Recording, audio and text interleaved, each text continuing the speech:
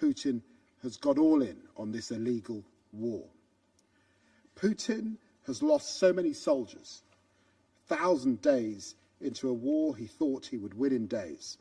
He's now turning to North Korea for reinforcements and to Iran for ballistic missiles. These actions must be met with a firm response, and that's why today I can announce fresh sanctions on Iran Air and Islamic Republic of Iran shipping lines, a direct response to Iran's ballistic missile deliveries to Russia. We are using the full force of our sanctions to constrain the Kremlin's illegal actions, from their shadow fleet of oil tankers to suppliers to their war machine, from shady kleptocrats to mercenaries destabilizing the continent of Africa.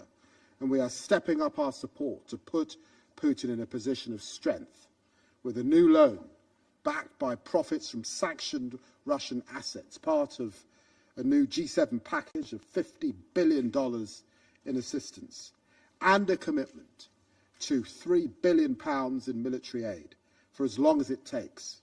Let me be crystal clear.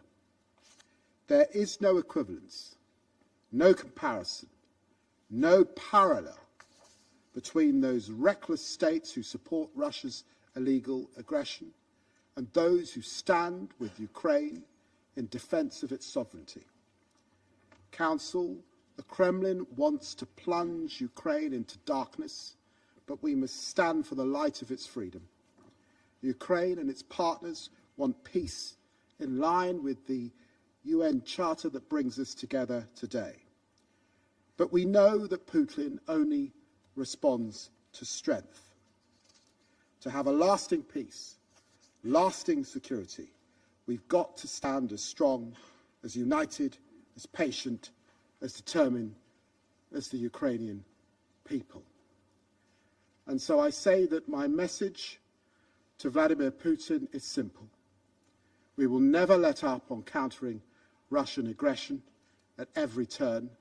1,000 days in, we stand for Ukraine. 1,000 days in, we still stand for international order. 1,000 days in, we still stand for the principles which the United Nations was founded upon. And 1,000 days in, we're ready to face down your aggression as the day you started this senseless war. I resume my function as President of the Council. I now give the floor to His Excellency, Mr. Ignacio Cassis, Federal Councillor and Head of the Federal Department of Foreign Affairs of Switzerland. Merci, Monsieur le Président. Thank you, Mr. President. Également la I secrétaire would also générale like to thank Under adjointe Secretary General. Mr. President, we are approaching the tragic milestone, 1,000 days since Russia's full-scale invasion of Ukraine, a blatant violation of international law, including the UN Charter.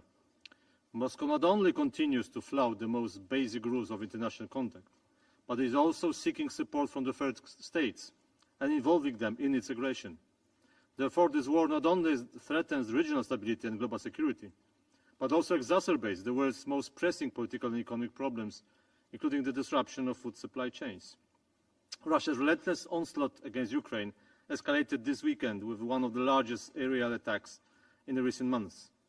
Targeting critical energy infrastructure across the country, Russia caused widespread power outages, significant property damage, and tragically the loss of innocent lives. Such attacks not only elicit immense physical and psychological harm, but also aim to undermine Ukraine's resilience as the harsh winter approaches. The looming energy crisis in Ukraine is further aggravated by the nuclear threat arising from the situation around the Zaporizhzhia nuclear power plant. Poland unequivocally condemns these heinous atrocities and demands an immediate end to Russia's brutal war.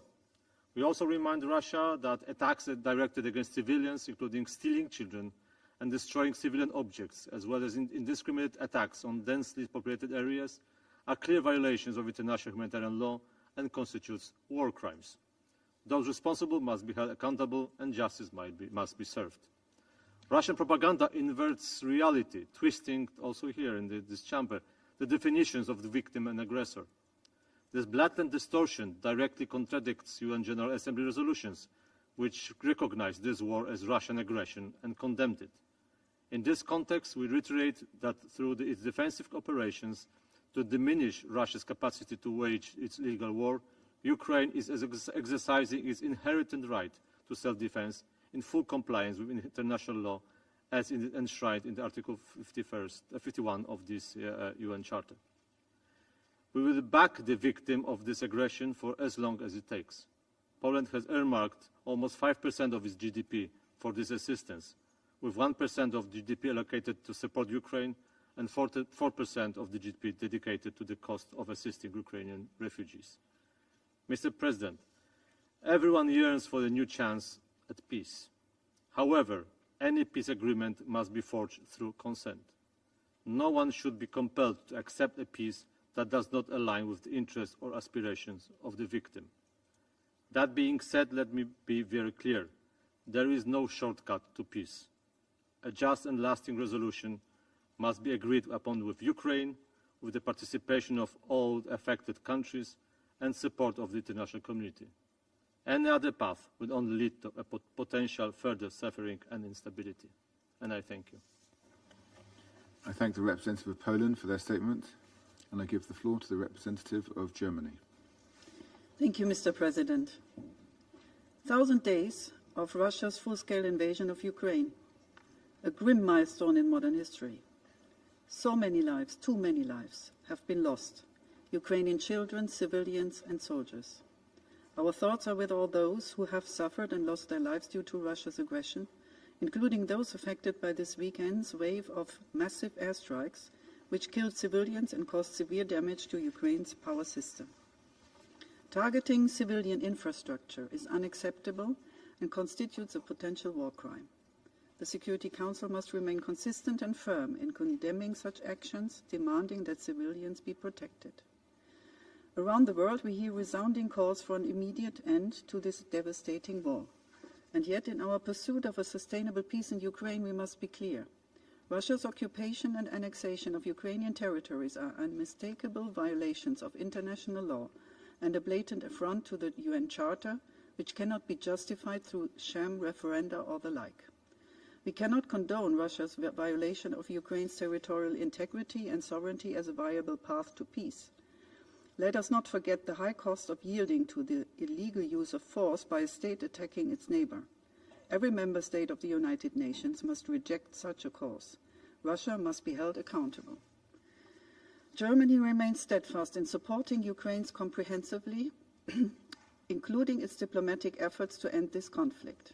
Any peace must be based on the UN Charter and not imposed over the heads of the Ukrainian people who have borne the brunt of this aggression for 1,000 days now.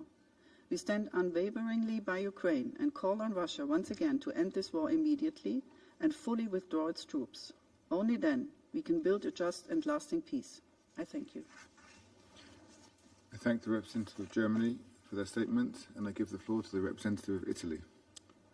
Thank you, Mr. Chair. Italy fully aligns itself with the statement by the European Union and would like to add some considerations in its national capacity. I want to thank the United Kingdom for organizing this meeting at the grim milestone of 1,000 days since Russia's unprovoked and unjustified full-scale invasion of Ukraine. 1,000 days of war is a tragic reminder of the need to remain resolute in ensuring that international law prevails, not just in Ukraine, but wherever it is challenged. Italy remains committed to a comprehensive, just and lasting peace in line with the UN Charter, based on the principles of sovereignty, independence, unity and territorial integrity. We firmly believe that full implementation of these principles is a matter not in the exclusive interest of Ukraine and Europe, but of the entire UN membership, since they are the foundations that hold the international community together. These principles have been strongly evoked and reaffirmed by the G7 of Foreign Ministers meeting chaired by Italy in September on the side of the high-level week of the UN General Assembly. A clear message of support for Ukraine's independence and sovereignty has been reiterated by the G7 leaders' statement issued to mark the 1,000th day of Russia's war of aggression against Ukraine. In this regard, the G7 and partners foreign ministers expressed grave concern regarding the deployment of DPRK troops to Russia, as well as Russia's unlawful procurement of DPRK ballistic missiles in breach of multiple UN Security Council resolutions. We condemn Russia's increased attacks on civilian critical infrastructures and reaffirm our support for Ukraine's energy sector. Italy, in particular, is contributing to ensure Ukraine's resilience, providing, in addition to our bilateral aid, targeted financial support to EBRD projects for the country's hydroelectric output. In 2025, we will host the Ukraine Recovery Conference. Together, we will lay the foundations for a prosperous, independent Ukraine within our common European family. We must now call for an even greater involvement of all UN member states to contribute to the solution of this devastating, senseless war. We need diplomacy also to sustain the legitimate concerns and expectations of developing countries, which are impacted by the broader repercussion of this conflict in terms of disruptions to global supply chains and food security. We remain committed to collaborating with all partners ready to support peace efforts. Now it is time to intensify our collective efforts to achieve this goal. I thank you. I thank the representative of Italy for their statement. British colleague, I will not dignify the lie of Russian envoy, total lie. So, Mr. President, I would like to thank the UK presidency for convening this meeting and for its strong leadership. We do really appreciate. As we mark 1,000 days of Russia's full-scale invasion, let's not forget that Russian aggression against Ukraine has already lasted over 10 years. I departed for this meeting during one of the largest air attacks in months. Russia launched over 200 drones and missiles at peaceful Ukrainian cities. I spent a sleepless night with my family, with my kids, just like thousands of Ukrainian families.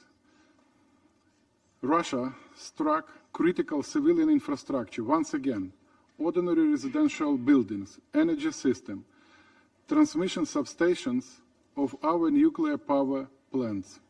This is a direct threat to nuclear safety and security.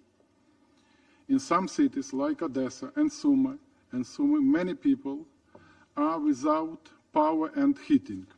10 people were killed in Odessa and 12 people, including 2 children in Sumy.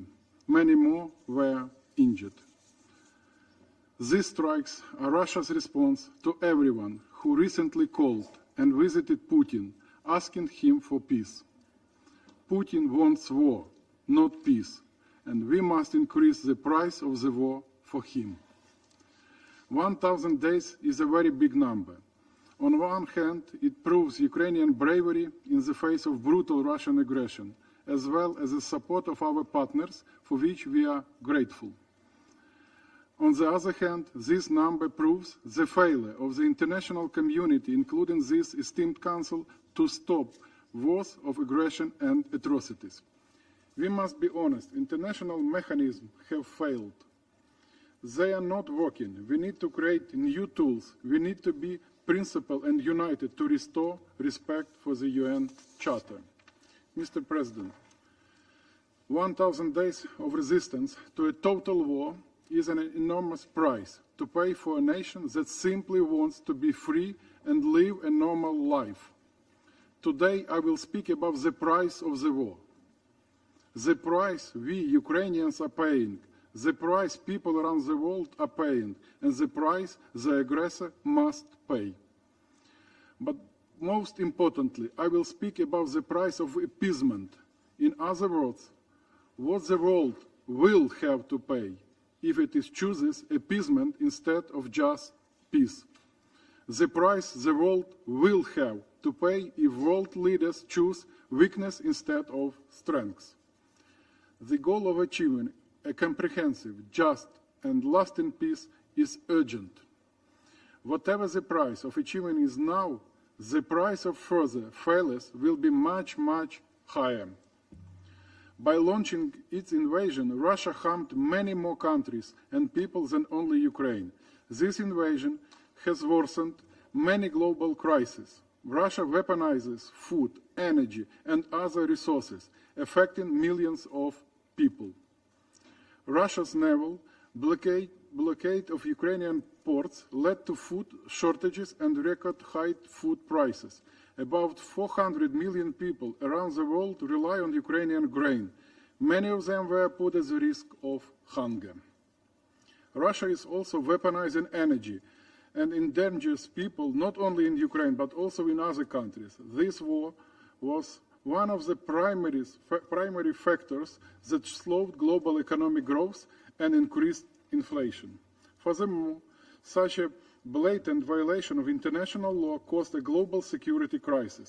If Russian aggression succeeds, other aggressors will tempt it to attack their neighbors and commit atrocities. Since the beginning of its aggression in 2014, Russia has violated about 400 international treaties. That's the reality.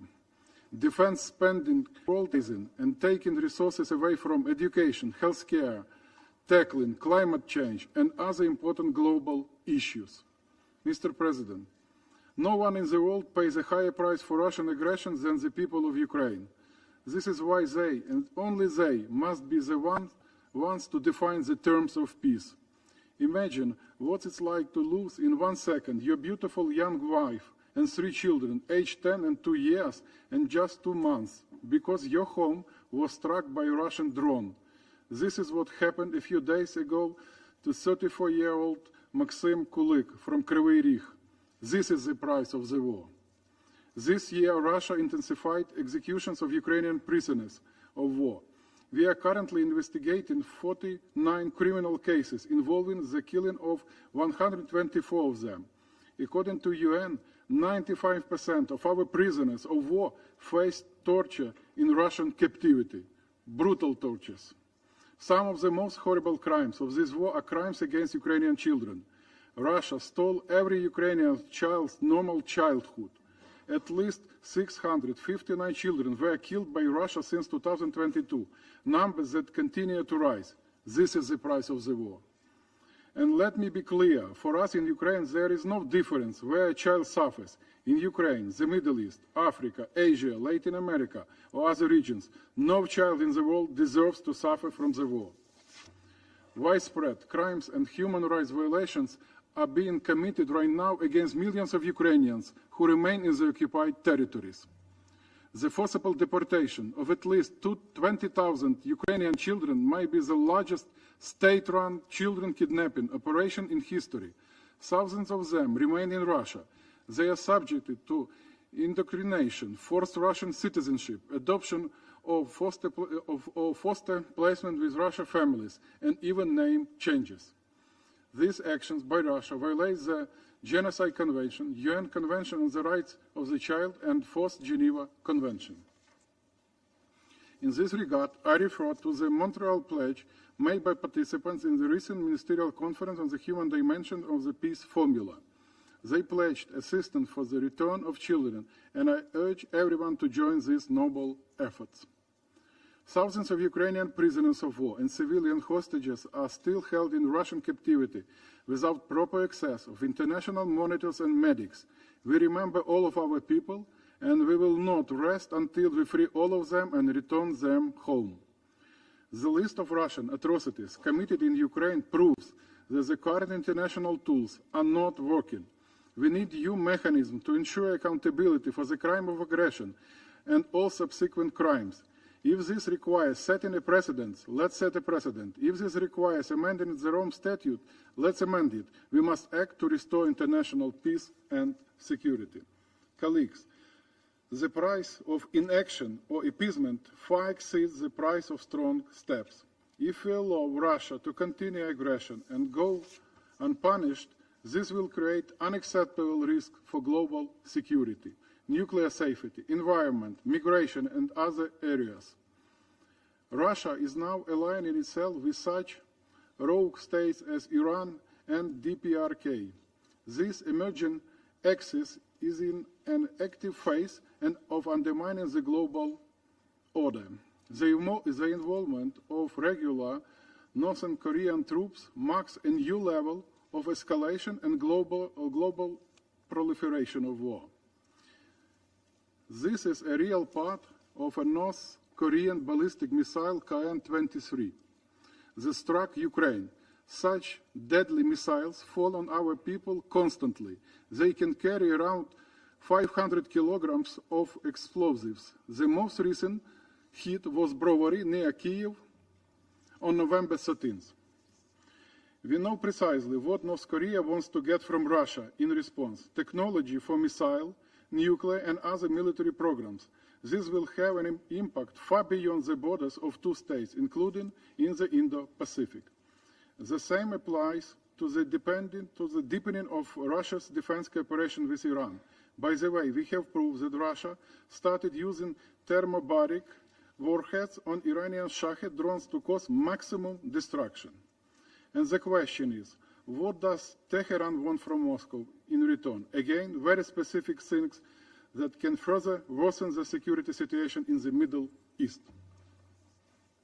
This war is much larger than Ukraine, and its price for the world can get much higher if we don't stop Russia now.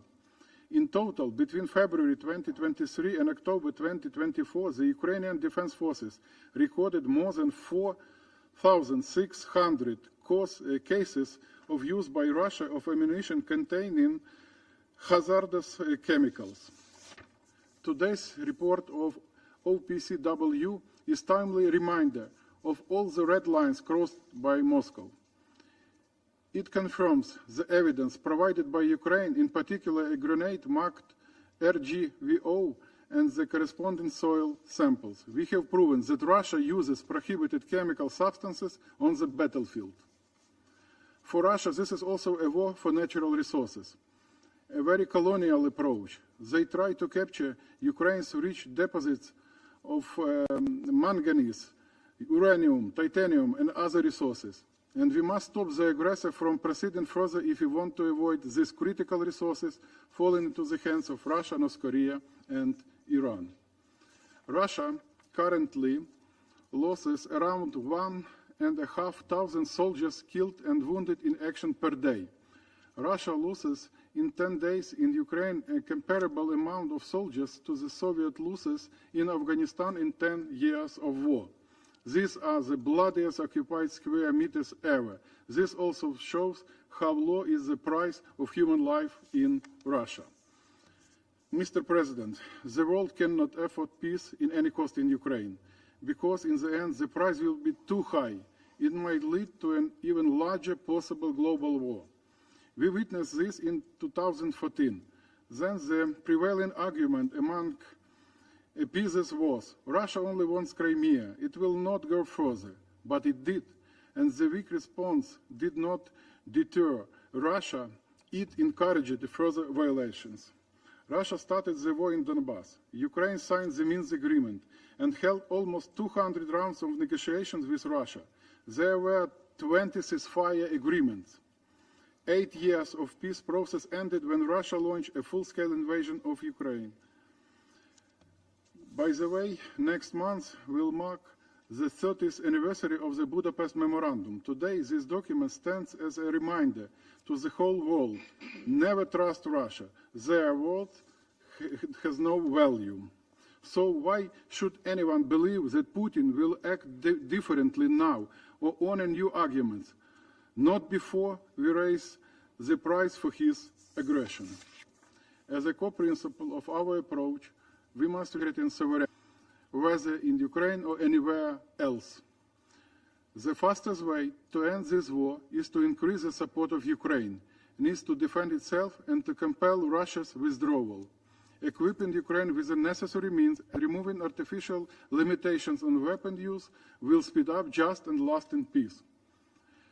Tightening sanctions will deprive Russia of funds for the war. Next year, Moscow plans to feed $146 billion into its war machine. At the same time, Russia's shadow fleet can bring at least $120 billion in oil revenues. We must cut these bloody revenues. Supporting Ukraine, President Zelensky's victory plan and the peace formula is the only realistic path to a comprehensive, just and lasting peace for Ukraine and the world. And one more important point. There is no justification for putting Ukraine and Russia on the same footing as two sides of the war. This is not a conflict between two parties. This is a war of aggression. Russia is the aggressor. Ukraine defends itself. False moral equivalence must stop. Mr. President, let's realize the price we have already paid for this war, a war that no one wanted except Russia. Let's realize the price we will have to pay for appeasement. Let's take real action for real peace, peace through strength. I thank you for your attention. I thank His Excellency Mr. Sibiha for his statements. Colleagues, I wish to remind Foreign Minister Lamy for bringing us together and chairing this important meeting. I thank Undersecretary General DiCarlo for sharing the Secretary General's statement and sobering briefing. I welcome the participation of Ukraine's Foreign Minister in this meeting today. 1,000 days ago, February 24th, 2022, Russia launched its brutal and unprovoked full-scale invasion of Ukraine. President Putin believed it would be a quick victory. Ukrainians would succumb, wave the white flag of defeat, and yet the Russian military failed to conquer Ukraine in its existence as an independent country or absorb it into Russia.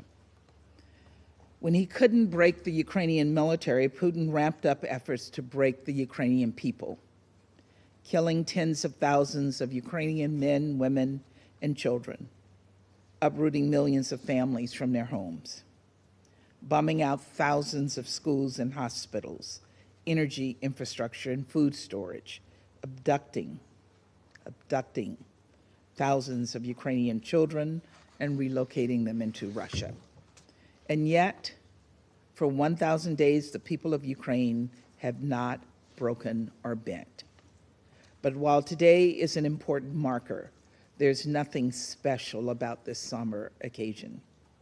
Winter is approaching, and Russia's relentless attacks have devastated critical infrastructure, leaving millions of homes without light, heat, and water. Russia's seizure and militarization of the Zaporizhia nuclear power plant puts all of Europe on the edge of nuclear catastrophe. Every day, Ukrainian families live in fear of Russian war crimes. To date, troops have committed some 147,000 of them. And every night, Ukrainian families live in fear of Russian aerial strikes, which continue to pound the country.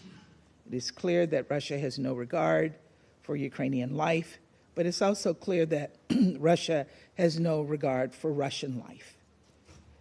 You saw Russia just this morning veto a resolution on Sudan that would have facilitated humanitarian assistance.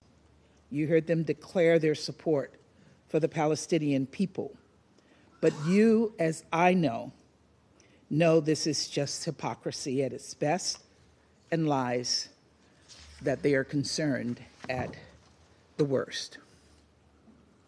Hundreds of thousands of Russians have died fighting this cruel and callous war. And 1,000 days since it began, the carnage has only accelerated. Russia is absorbing more than 1,200 casualties a day, more than at any other time during the war. And so, in its desperation, the Kremlin has turned to the DPRK, first for arms and now for manpower. At least 10,000 soldiers, sent first to eastern Russia and now to the far western Kursk oblasts bordering Ukraine, have begun engaging in combat operations with Russian forces. It is a move without modern precedent. Not in over 100 years has Russia welcomed foreign troops onto its soil. And it's one in blatant violation of UN Security Council Resolution 1718, 1874, 2270, resolutions Russia agreed to only a few years ago. It's not just the DPRK Russia has looked to for help. Putin also acquired hundreds of UAVs from Iran, flagrantly violating Security Council Resolution 2231. All the while, Russia has disregarded its chemical weapons convention obligations and stated publicly it will supply captured weapons to non-state actors, including state sponsors of terrorism. Colleagues, these are the actions of a rogue state. And so rather than try and justify the unjustifiable, Russia simply lies. 1,001 days ago, Russia's representative told us to our face there would be no invasion. As the world watched live broadcasts of Russian forces and tanks crossing into Ukrainian territory and Russian missiles raining down on Kyiv, he continued to insist in this council there was nothing to see here. The lies continued.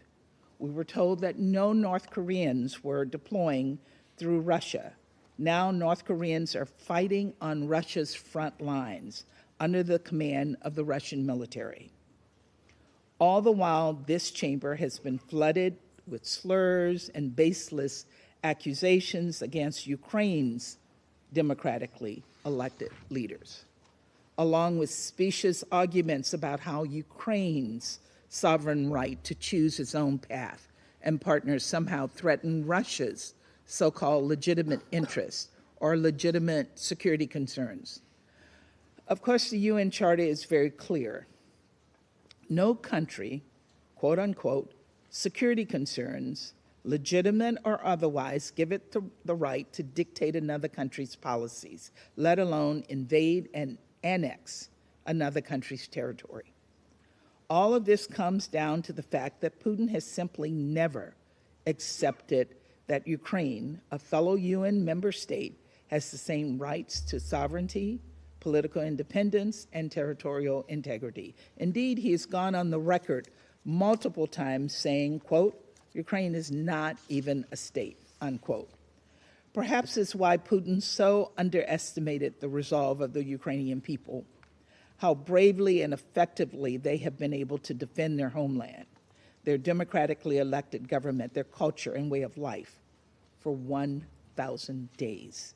As Ukrainians continue the fight against imperialist invasion and might makes right ideology, the United States stands with them.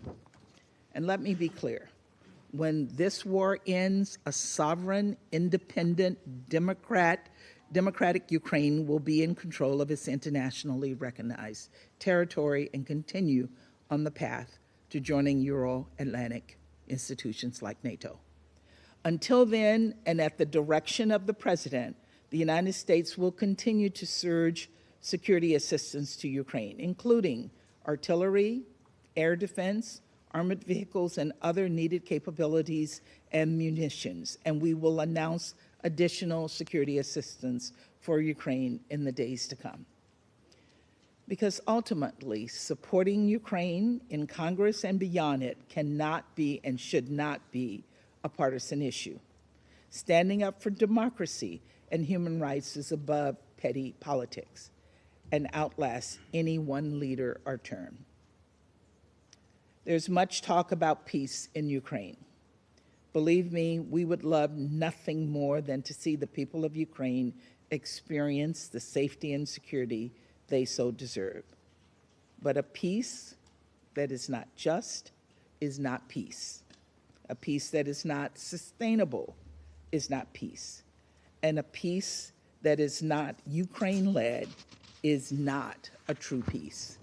And so I call on all UN member states to support Ukraine's formula